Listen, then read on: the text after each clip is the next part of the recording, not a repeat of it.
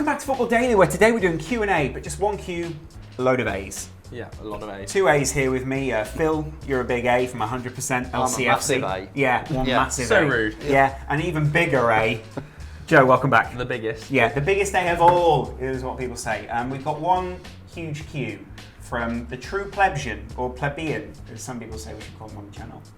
Either way, it's a great question. Combined 11 for Real, they mean Real Madrid, not Sociedad, Barca and Bayern Munich. Hard. Yeah, are you? Right. Let's do the combined. Absolutely shocking. Now, let's go. Goalkeeper. Neuer. Yeah, I would agree. Just ahead of Navas. Been better than him this year though.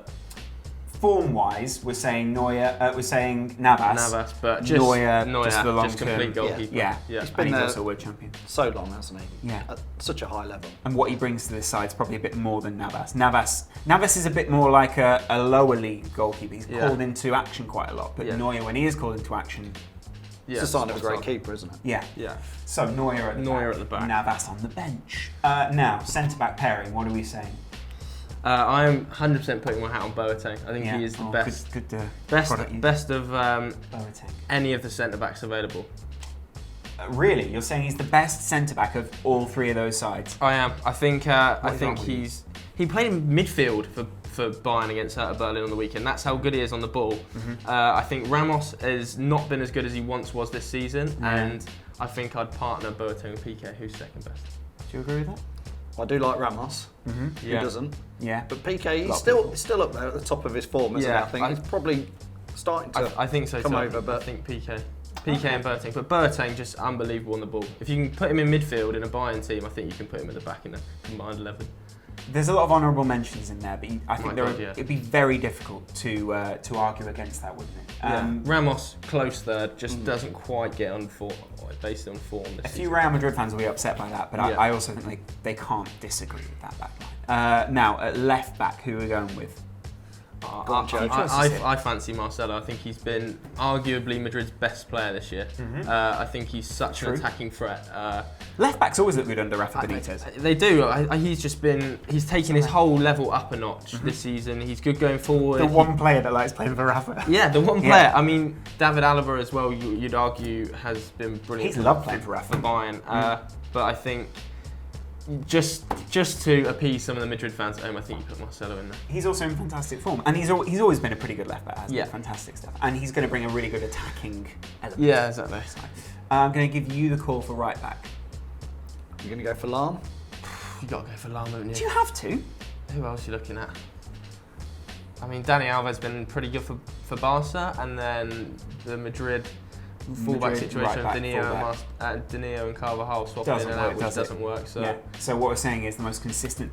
People always have a bit of a go when you put Lahm at left back because they're sort of like, oh, he's like winning an Oscar. It doesn't quite work. Yeah, I think, and he's good enough to tuck in to midfield as well, which seems to be the former fullbacks at the moment tucking in. Do you see both those guys just bombing on, or do you just see Marcelo bombing on, Lahm sort of making I see Marcelo bombing on, and then Boateng bringing the ball out. Lahm coming central to support Busquets. Yeah, makes sense, doesn't it? Oh, little teaser. That's spoilers there, Spoilers. guys. You're choosing Busquets ahead of... Yeah, best midfielder in the world. You're choosing Busquets ahead of the best midfielder in the world, Xabi Alonso. No, but I think Busquets is just different planet. Different biscuits, isn't he? Defensive midfielder, by far the best in the world. I remember people talking about him and Matic last season, and it's like poles apart. Yeah, because Busquets has slowly grown into the role. And actually now you'd argue he looks a better player without Xabi and Iniesta in the side. Yeah, he's just incredible in there. He's like a one-man wrecking ball for Barcelona. Yeah, and not only that, but he's also a one-man distributor. Control. Yeah, exactly. Straight through the lines. Yeah, he's the man where in England, Carrick used to do it a lot. Just pick direct passes flat through the lines, taking out two men. Busquets is the exact same, straight into the feet of Neymar. He's almost so obviously good, it's a bit weird, isn't it? Because Yeah. he's quite an obvious footballer. He telegraphs a lot of his moves. But I still think a lot of people have this misconception of him being, maybe because of his melodramatics in the Champions League and things like that, where people still have this vision of him being subpar because of the brilliance of Iniesta and Xavi, but he is just exceptional. I don't think people realise, without watching Barcelona regularly, how exceptionally gifted he is, and He's hit for me. I think he's probably the best midfielder in that midfield three of Rakitic and Iniesta. He just doesn't quite fit Barcelona. physically or anything. No. What you'd originally thought they wanted. Exactly. But now he's there. It's just works brilliant. really well. And credit to Barcelona because they've tried that down the years with a few different people, including Yaya Toure. But he's not going to be spoken about here. So the next guy in the midfield, who are you putting next to him in the kind of the two ahead, which is essentially the Xavi and Iniesta role? A little bit more exciting role maybe. Yeah, you giving Iniesta one of those roles? Yeah, I would give it to Iniesta, I think. Really? Again. Yeah, I think just on form this season, he's looked very strong. Ahead of Rakitic. Yeah, purely because I think he's got a slightly better connection with Busquets, and I think the third man, because otherwise it's just going to be a Barcelona 11, frankly. So I think the third man has got to be from a different club. So I think the connection between Busquets and Iniesta is just something incredible. Just working together. Yeah, they're just so good together. Okay, I'll take that. But then who completes the three? Yeah, I think that's a tough call. Trifecta.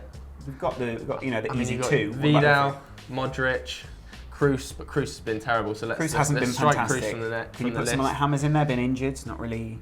I don't think so. I think it's pretty much a straight shootout between Rakitic, Modric, and Vidal. Kovacic? No way. No? No. Interesting.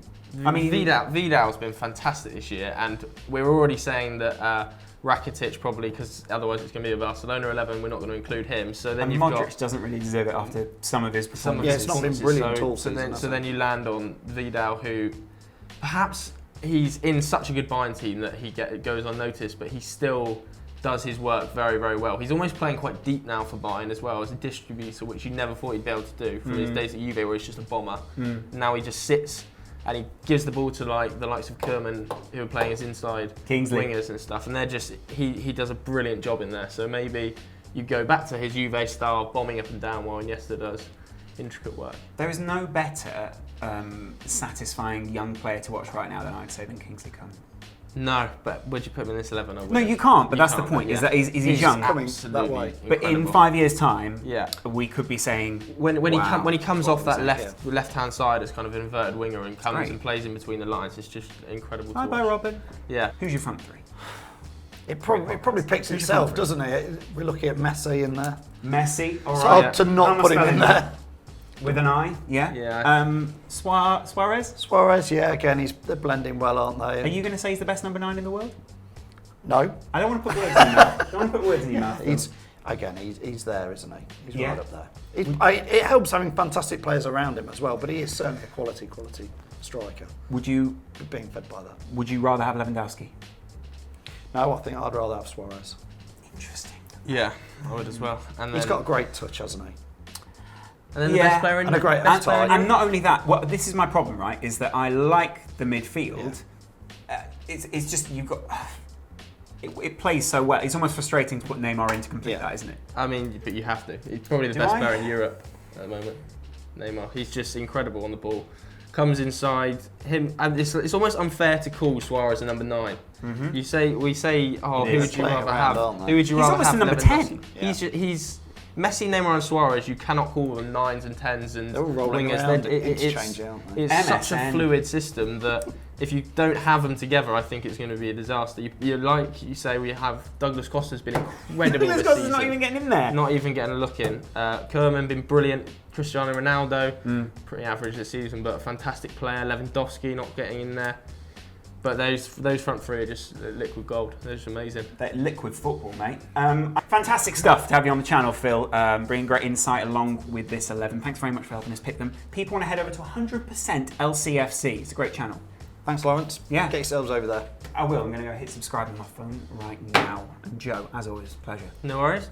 You want to let us know who's in your combined 11 because, I mean, there were some questionable choices, but it's very difficult to replace any of those guys. Yeah. But please lay them out below and we'll get in the comments and have a chat with you guys. We'll see you again real soon on Football Daily.